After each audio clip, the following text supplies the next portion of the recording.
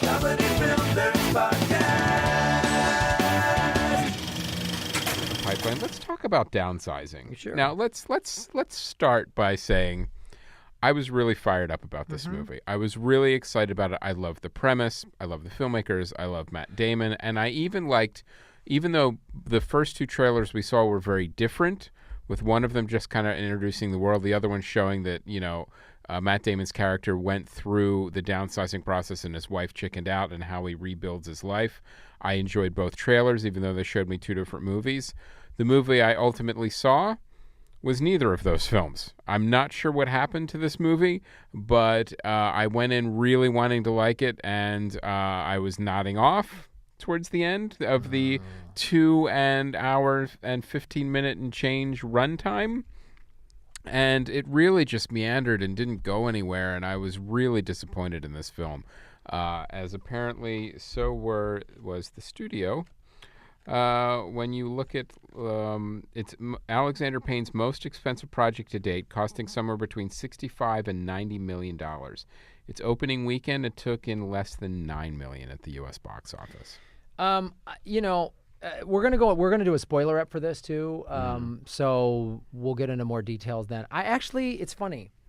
I think because I saw it yesterday, and I think because it's sort of been out a while, I did that thing of, I saw it later in the run, so I heard a lot of I wasn't fired up. And a lot of people kind of were disappointed. I heard a lot of that, so I went and I kind of really liked it. Oh, really? So, interesting. There's some uneven parts to it for sure, but I just maybe... Now, see, I didn't hear any of that going in. I still went in I don't know, I think it's still going to be good. I didn't hear negative things about it. There were some uneven parts to it for sure, but I must say that I liked the message that now none of this is in the trailer, and you're absolutely right. The two trailers are very different, and as you said, neither one of them are the actual movie that we saw.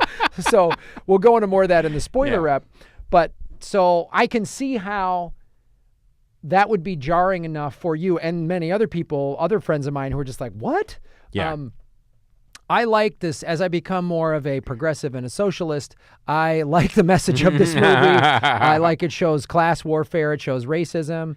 Environmental disaster. It shows the wage. It gets deep into it, too. It gets really deep into it. It gets deep into the environmental, the wage inequities that we have in America, that are really highlighted by rich assholes at the Golden Globes. But and then I saw an interview with Hong Chow, who plays the woman, the Vietnamese woman in the film. The cleaning lady. Slash, who's barely activist. in any of the trailers. You'd never know she was She's in in the film. half the movie. Yeah.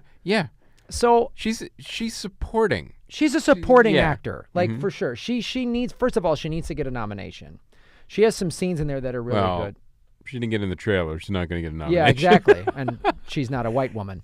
So it's all about, yay, it's all this we need to support women, which is great, but it's really just rich women making sure white women. I would love to know the thinking behind cutting those two trailers and eliminating her from them, because it makes no sense. Because she's half the film. And the thing she said in this interview, she goes, I really liked her character. I like how it was written, and she's an amazing actress.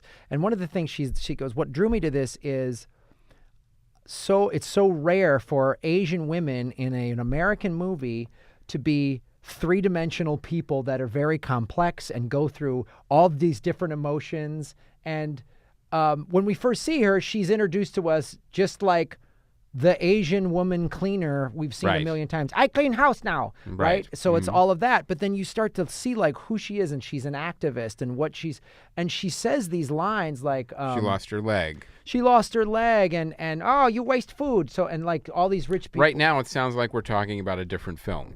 It's a completely different film. It's a completely different film than the trailer. So I would say disregard the trailer if you haven't seen this movie. Right.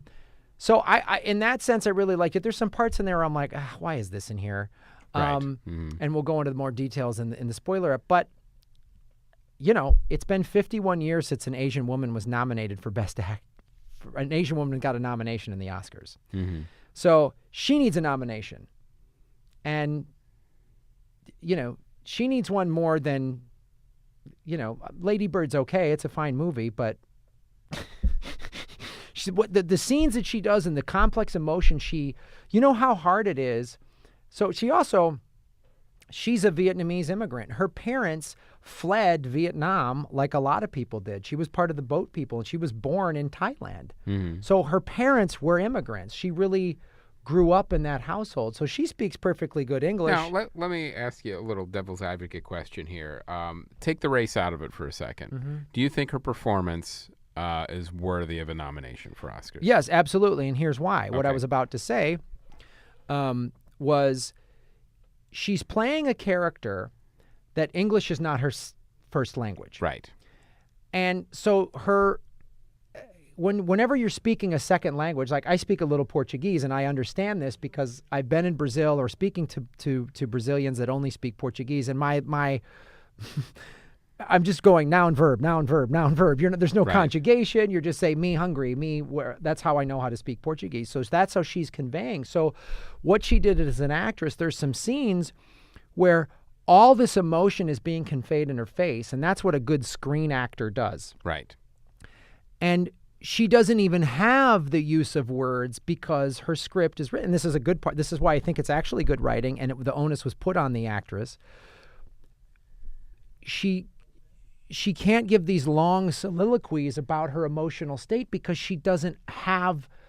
She could do that in Vietnamese, but she Right. can't do it in English. So she's trying to convey all these complex emotions that she's going through with a handful of English words, and the actress conveyed these with her face and her eyes and her emotion, which is what a good film actor does. That's why, to me, I was like, wow, that's solid acting. Mm-hmm. Because as we talked about Steve McQueen was very famous for, he would cut his dialogue in scenes because he was like, it's more about the facial expression in movies. Right. Stage acting is more about the dialogue. That's a playwright's medium. Mm-hmm. So this is the filmmaker's medium. So what she, and her arc, her relationship to Matt Damon, how it arcs, we see who she really is and why she cares and all this stuff. So to me, I was like, it was really amazing to see because we don't get to see that in movies, at least in Western movies. We don't Right. get to see this sort of complexities in an Asian woman. So Well, it's interesting. I really felt like the weakness of the film was in the writing and the way it was put together. And I was reading that this is the first film since Citizen Ruth that Alexander Payne has written that it's not based on a book. So it's interesting that like he didn't have a template to go from.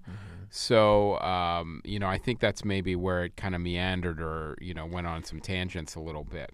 I will say this though. I want to mention this. So it was written by Alexander Payne and Jim Taylor. They're sort of Yes. the partnership on a lot of the films. I will say this though. The production design was beautiful in this Yep. film. Absolutely, astonishing the way the effects were layered and the way like it had almost like an amusement park feel and a dollhouse feel. Like all the different interesting ways they put together the big and small worlds and the way they melded them. I thought that was really interesting. What was and it, cool. Leisureland? Is that what it- Leisureland, yeah. Well, Leisureland's where you want to be. Like Yeah. they said all these small towns were.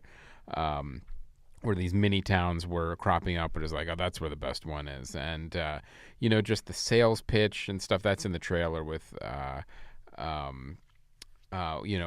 you've got all these, almost like selling timeshare. Like, Yep. so you saw that stuff was being used like to sell like, well, this is your new life. Your money goes a lot farther. Basically because you're living in a dollhouse. But we'll go into it more in the spoiler. But I think ultimately I was let down by this movie. But I'm interested to see like what you have to say about the rest of it when we get into the spoiler. Yeah, for sure. for sure. Ride shot first. With kitten heads across the